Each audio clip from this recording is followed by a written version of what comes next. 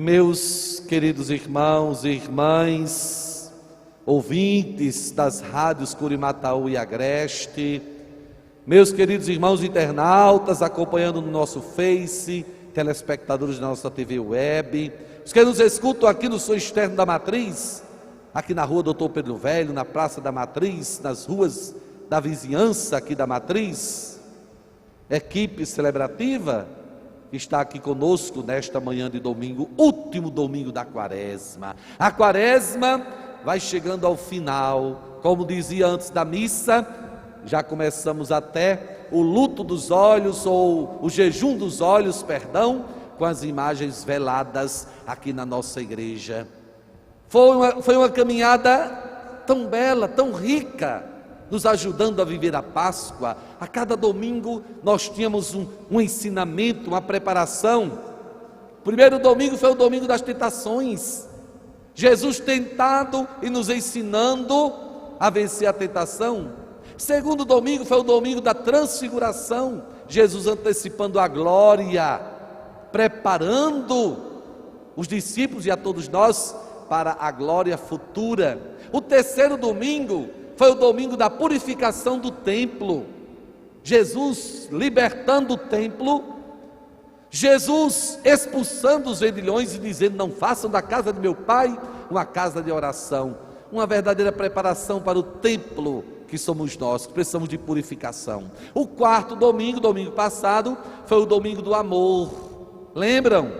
Nós refletimos aqui: de tal maneira Deus amou o mundo, que enviou o seu Filho, para que todo aquele que nele crê tenha a vida eterna. O domingo do amor. E esse domingo, Padre, o último domingo, é o domingo da salvação. Hoje nós vamos refletir exatamente sobre a salvação, que começa inclusive com uma promessa. Livro de Jeremias, primeira leitura, proclamada hoje para nós. O profeta Jeremias apresenta a vontade de Deus para o seu povo com uma promessa de uma nova aliança, uma aliança eterna. O profeta Jeremias faz a avaliação da primeira aliança, aliança feita com o povo de Deus lá no Sinai, com Moisés lá no deserto, e diz: aquela primeira aliança foi escrita em pedras, mas essa nova aliança, ela vai ser escrita no coração. Não é uma aliança externa, mas é uma aliança dentro do coração de cada homem e de cada mulher. A primeira aliança, o povo de Deus respondeu com a boca, mas não com o coração. Foi uma aliança não interiorizada, por isso tanta rebelião à aliança, tanta infidelidade à aliança, tantas vezes a aliança foi quebrada. Essa é a história do povo de Deus, irmãos, quebrando a aliança, sendo infiel a Deus, e Deus renovando, Deus restaurando esta aliança. E a promessa diz uma coisa tão linda. Vejam, Jeremias capítulo 31, versículo 33, diz assim: esta será a aliança que concluirei com a casa de Israel. Olha que beleza, igreja. Imprimirei minha lei em suas entranhas, hei de inscrevê-las em seu coração. Então não é do lado de fora, não é no exterior. Deus manda dizer pelo profeta Jeremias: eu imprimirei nas entranhas, dentro, nas entranhas. Eu escreverei a nova lei no coração. Coração, irmãos.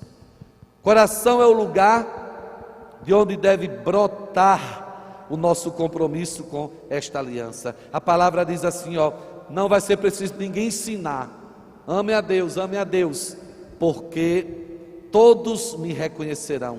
Brotará de dentro, brotará do coração de cada homem e de cada mulher.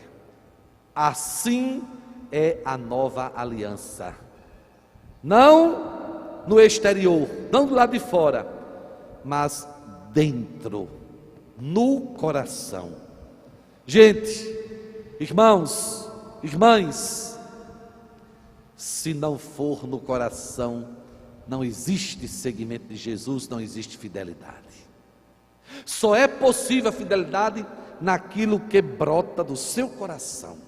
Não é imposição que vem de fora, não é de fora que vem, é de dentro, é do coração. Tudo passa por aí. Eu estava há pouco tempo falando aqui na campanha do enxoval de Ítalo, que vai entrar no seminário. A vocação é assim. Falo por mim como padre, o seminarista Alisson, as irmãs religiosas que estão aqui, o próprio Naldo, que é estudante da escola diaconal. A vocação, a resposta a Deus, chamado a Deus, não é algo que vem de fora. Você vai responder, vai ser padre para atender o desejo de alguém. Não, alguém impôs isso, tem algo exterior que fundamenta a sua vocação. Não, é aqui dentro, é nas entranhas. Vai ser padre por quê? Para buscar um status? Vai ser religiosa por quê? Porque a mãe queria? Porque o pai deseja?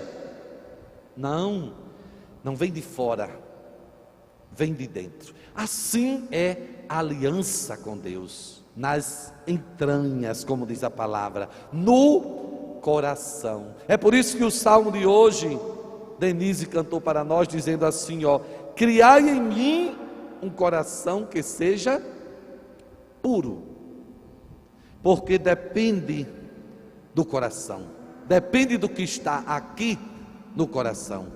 Criai em mim um coração que seja puro. Pois, meus irmãos e irmãs, esta promessa feita por Jeremias, feita por Deus, pela boca do profeta Jeremias, 6 séculos depois, porque Jeremias viveu 600 anos antes de Cristo. 6 séculos depois, 600 anos depois, se concretizou em Jesus. Esta nova e eterna aliança que Deus queria imprimir nas entranhas, escrever no coração dos homens, chegou por Jesus. E chegou para todos. A palavra de hoje, o próprio Senhor diz: chegou a hora, o cumprimento da promessa, e é para todos. É interessante, meus irmãos, que começa o evangelho dizendo que alguns gregos tinham ido adorar lá em Jerusalém, gregos que foram buscar Deus, procurar Deus, e deveriam ir ao templo adorar, mas não foram ao templo, porque a primeira aliança tinha passado. O templo não era mais o lugar do encontro com Deus. E onde é? É em Jesus. Aí os gregos, com certeza inspirados pelo Espírito Santo, pelo próprio Deus, não foram adorar no templo, foram procurar Filipe e André, 2 apóstolos de Jesus, pedindo: mostra-nos Jesus, leva-nos até Jesus, nós queremos encontrar Deus. Procuravam por Jesus. Bonito, lindo o ensinamento desse evangelho. A procura por Deus em Jesus Cristo. Jesus Cristo, que é aquele que vem cumprir todas as promessas. E por que os gregos procuraram Filipe e André? Não poderiam os gregos terem ido direto para Jesus? Jesus estava lá no meio do povo, no meio da multidão, pregando. Por que eles não foram? Tem um sinal, gente, um ensinamento. É a missão da igreja. Os apóstolos Filipe e André, nesse evangelho, eles indicam a igreja apostólica, a igreja fundamentada no testemunho dos apóstolos. A missão da igreja é levar todos para Jesus.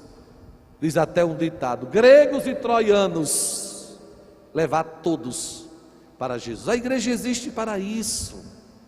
A igreja existe para apresentar Jesus ao mundo.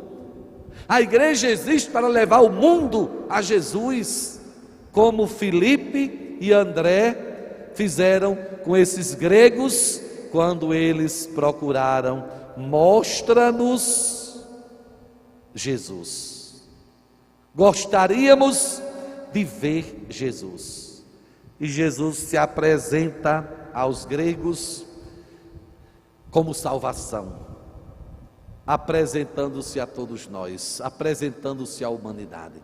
Os gregos queriam encontrá-lo, e ele vai falar da semente que precisa morrer para poder produzir fruto.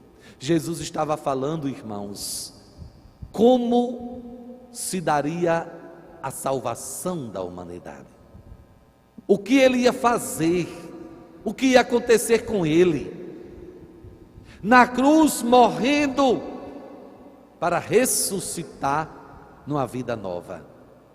Na cruz, como a semente sendo enterrada. E ele dizia: a semente que é lançada na terra, ela tem que morrer, porque a sua morte gera vida.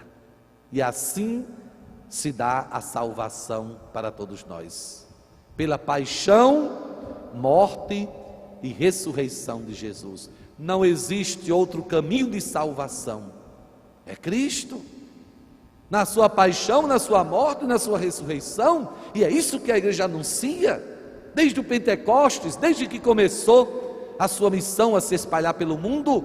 A igreja anuncia Cristo e Cristo crucificado.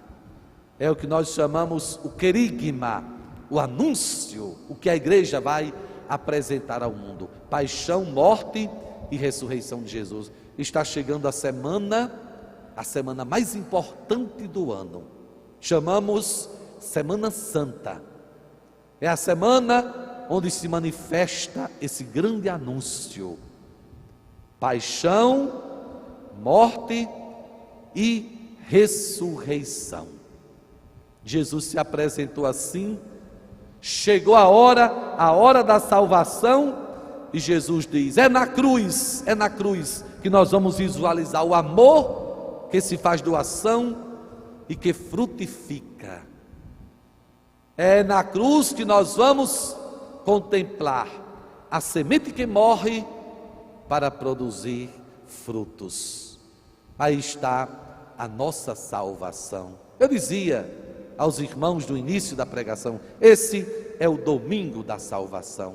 E para concluir, a carta aos Hebreus, na segunda leitura da missa hoje, vem mostrar para nós o que é a salvação: viver em comunhão com Deus e na obediência a Ele. Isso é a salvação.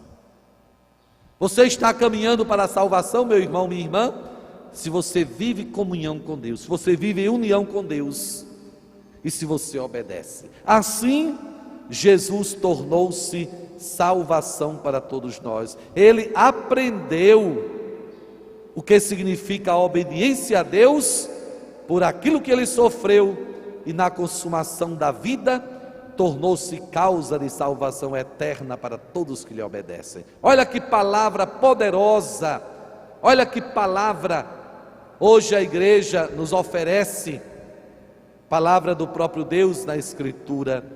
Jesus aprendeu o que significa obediência a Deus por aquilo que sofreu, mas na consumação da sua vida, na sua morte, na sua entrega, tornou-se causa de salvação eterna para todos que lhe obedecem.